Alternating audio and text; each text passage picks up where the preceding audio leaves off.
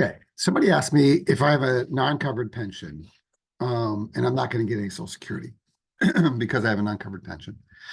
But I'm going to get obviously the pension. Um, what strategies can I use to add to that Social Security? So the minimum is I have to have 10 years of payments to a job that pays me uh, social wages that are taxed, Social Security taxed, right? So, but wanted to share with you, it's not like having another full-time job, right? The way it's figured out is in a calendar year, and in 2024, a calendar this year, every $1,730 I earn, I get one credit, which is equal to 1/4.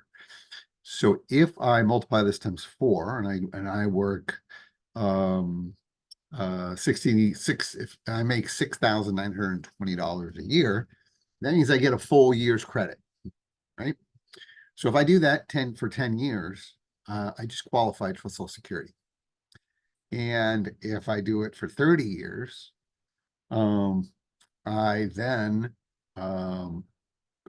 don't get, I eliminate my windfall elimination provision, and I get my full Social Security and I get my full pension, right? So it's important that you understand what that number is every year. And if you are on a pension and you have opportunities to do things, either while you're working that pension job or after you retire from that pension job, a lot of the pension jobs allow you to retire very early. So you do have a lot of work life left. But just be aware that if you have a pension, it doesn't benefit you very much other than, you could get a slightly higher Social Security payment if you work, if you make more than, let's just say $7,000 a year.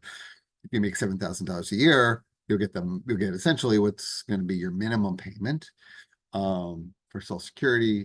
Anything you make above that is going to add to the payment amount, but it's going to be reduced unless you qualify for that 30-year period. So that means that you would have had to have earned 30 years of at least $7,000 a year in order to eliminate the windfall elimination provision, which will reduce your Social Security amount.